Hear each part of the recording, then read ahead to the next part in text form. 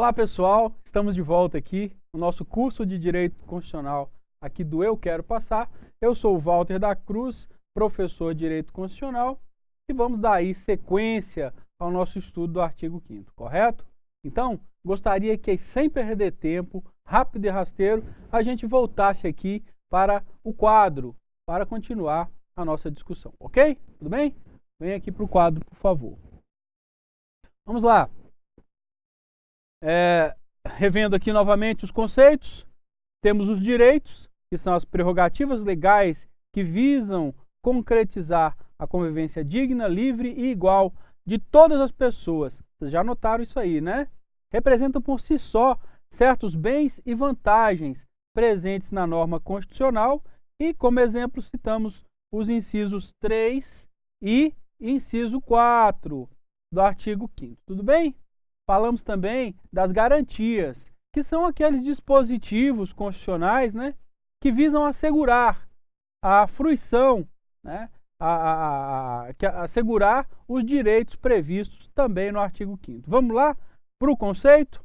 Destinam-se a assegurar a fruição desses bens. São disposições assecuratórias, pois se colocam em defesa dos direitos, limitando, não esqueçam disso, limitando o poder do Estado ou de outra pessoa. Beleza? E temos aí como exemplos incisos 6 e 37 também do artigo 5º. Mas dando sequência também, falamos aí, pessoal, para organizar, para que você possa ter uma visão, uma leitura melhor da Constituição no que diz respeito aos direitos fundamentais, eu dividi para vocês aqui as categorias, as espécies de direitos fundamentais, colocando aí onde é que você vai encontrar na Constituição cada espécie. Direitos individuais, artigo 5º. Direitos coletivos, artigo 5º também. Direitos sociais, artigo 6º a 11 e 193 e seguintes. Direitos à nacionalidade estão lá no artigo 12 da Constituição. E os direitos políticos, artigos 14, 15, 16 e 17. Podem dar uma olhada aí com calma depois. Agora, pessoal, vamos entrar neste outro tema aqui, extremamente importante para a nossa prova, né? A prova de concurso. É um tema muito cobrado nos concursos públicos, que são as chamadas gerações dos direitos fundamentais. Hoje, a doutrina chega a falar em direitos de quinta geração, mas evidentemente que não é assunto pacificado ainda entre os doutrinadores. Nós vamos falar da primeira, da segunda e da terceira geração e vamos também citar aí o que é dito sobre a quarta geração dos direitos fundamentais. Primeiro vamos ler aqui, né, sobre a primeira geração. Classificação dos direitos fundamentais. Direitos de primeira geração. Olha o nosso conceito aqui, o conceito do Eu Quero Passar de direitos de primeira geração.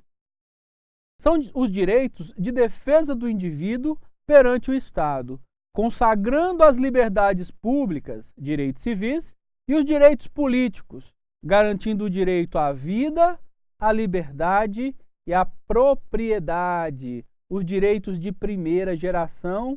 E aí, pessoal, requer da gente uma explicação mais tranquila, mais calma sobre os direitos de primeira geração que eu vou falar para vocês agora. Olha, pessoal, então, como eu já adiantei, nós vamos ter que estudar pormenorizadamente os direitos de primeira, segunda e terceira geração. E esses direitos são divididos assim por causa do seu aspecto cronológico mesmo. Surgiram os de primeira geração, né? Lá, e aí a origem dos direitos de primeira geração é bem remota, é lá de 1215.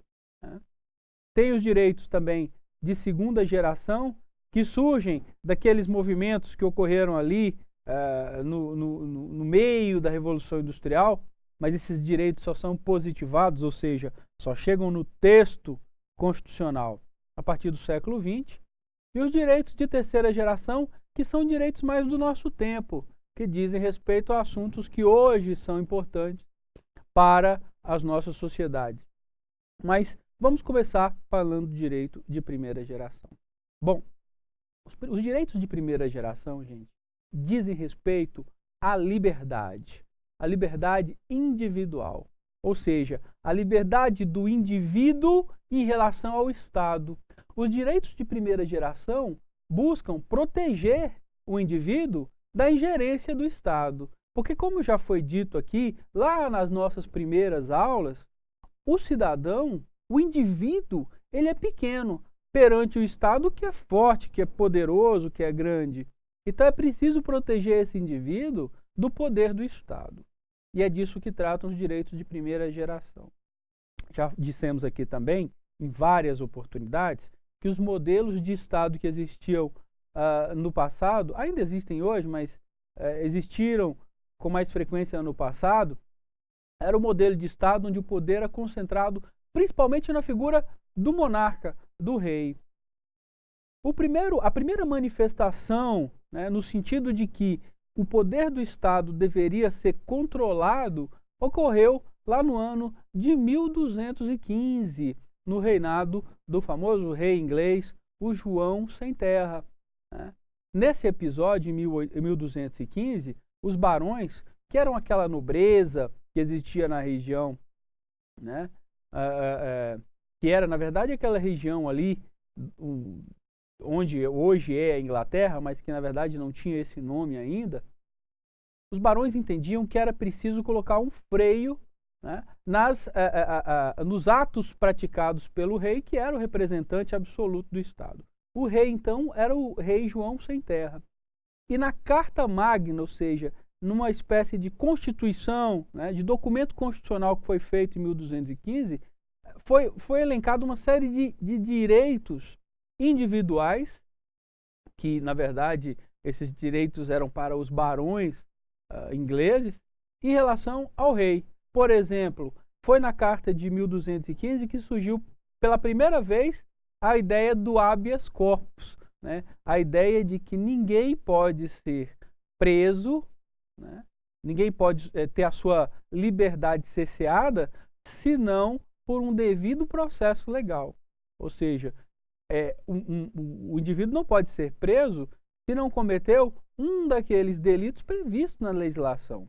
Isso está presente na Carta Magna de 1215. O direito ao habeas corpus, ou seja, o direito do cidadão ser protegido, da liberdade do cidadão ser protegida da atuação do Estado, da atuação injusta. Porque o Estado tem sim o direito, né, de limitar a liberdade de ir e vir, né, de restringir a liberdade do cidadão, mas desde que seja de forma justa. A restrição injusta, cabe aí a ideia do habeas corpus, da proteção da liberdade do cidadão. Isso surgiu primeiro em 1215.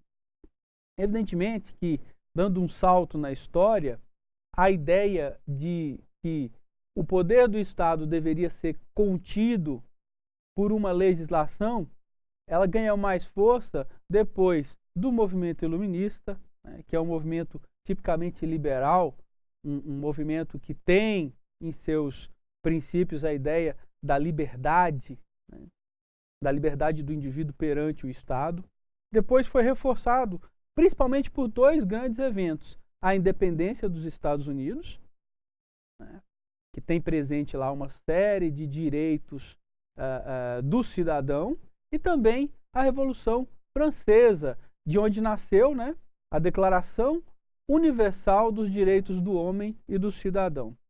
Então nós temos aí surgindo a Constituição dos Estados Unidos da América, que nasce do seu processo de independência, a Constituição Francesa, que nasce da Revolução Francesa e dos ideais iluministas. Nesses textos constitucionais estão presentes, positivados, né, a ideia dos direitos de primeira geração, do direito à liberdade do cidadão em relação ao poder do Estado. O Estado pode restringir o direito à liberdade do cidadão? Pode, mas desde que seja de forma justa, nunca de forma injusta, por uma arbitrariedade, pela simples vontade de um monarca ou de um governo qualquer. Tudo bem, pessoal? Então vamos lá. Direitos de primeira geração dizem respeito à liberdade do indivíduo em relação ao Estado. E os direitos de primeira geração surgem pela primeira vez, anotem isso, cai nos concursos, cai nas provas, vocês precisam saber disso.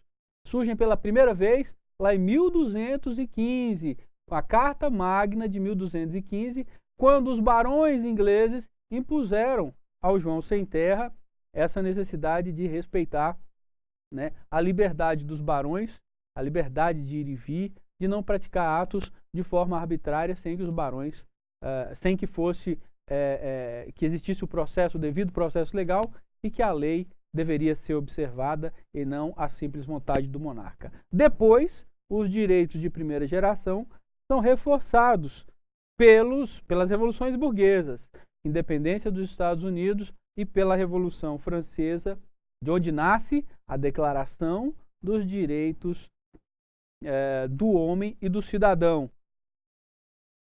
Tudo isso inspirado pelo Iluminismo. Ok, pessoal? Voltem aqui para o quadro que eu tenho algumas informações para reforçar essa ideia dos direitos de primeira geração. Né? Os direitos de primeira geração são denominados direitos negativos. Pega a sua caneta aí, pega o seu caderno e anote, por favor, o que eu vou dizer. Por que os direitos de primeira geração são chamados de direitos negativos? Porque eles negam ao Estado determinadas condutas. O que eles dizem ao Estado? Não pode prender o indivíduo, né? Não pode cercear a liberdade, restringir o direito à liberdade do indivíduo de forma injusta. É preciso o Estado observar o devido processo legal, observar a legislação. Então, é direito negativo porque impede, nega ao Estado determinadas condutas em relação ao indivíduo. Tudo bem? É importante a gente dizer o seguinte também, pessoal. Não esqueçam disso.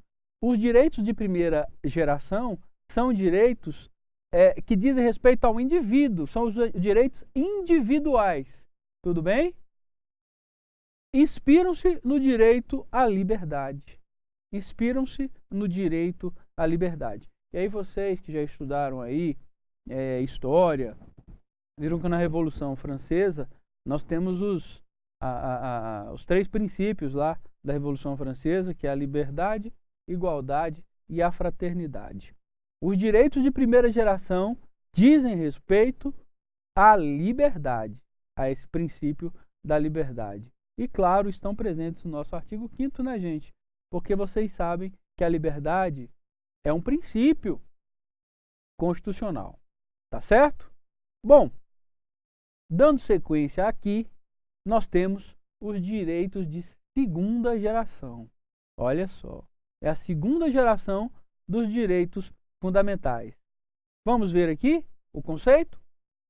São os direitos sociais que surgiram a partir da Revolução Industrial durante o século XIX, mas que só foram inseridos em textos constitucionais a partir do século XX. Olha só. Então, vocês podem perceber que ocorre uma série de eventos históricos aqui que vão inspirar os direitos fundamentais, né? Nós temos lá, no caso dos direitos de primeira geração, a Carta Magna de 1215, que estabeleceu pela primeira vez lá o direito ao habeas corpus. Nós temos aí, né, a ideia, né, melhor dizendo, a ideia do direito ao habeas corpus está presente na Carta Magna de 1215.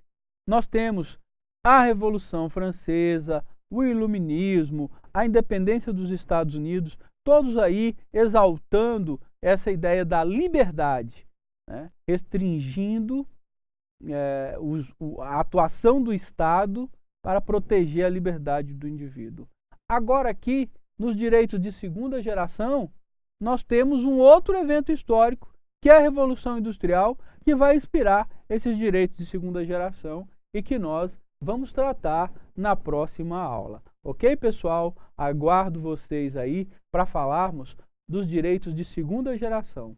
Um grande abraço para vocês. Até a próxima aula. Estudem bastante aí. Tudo bem?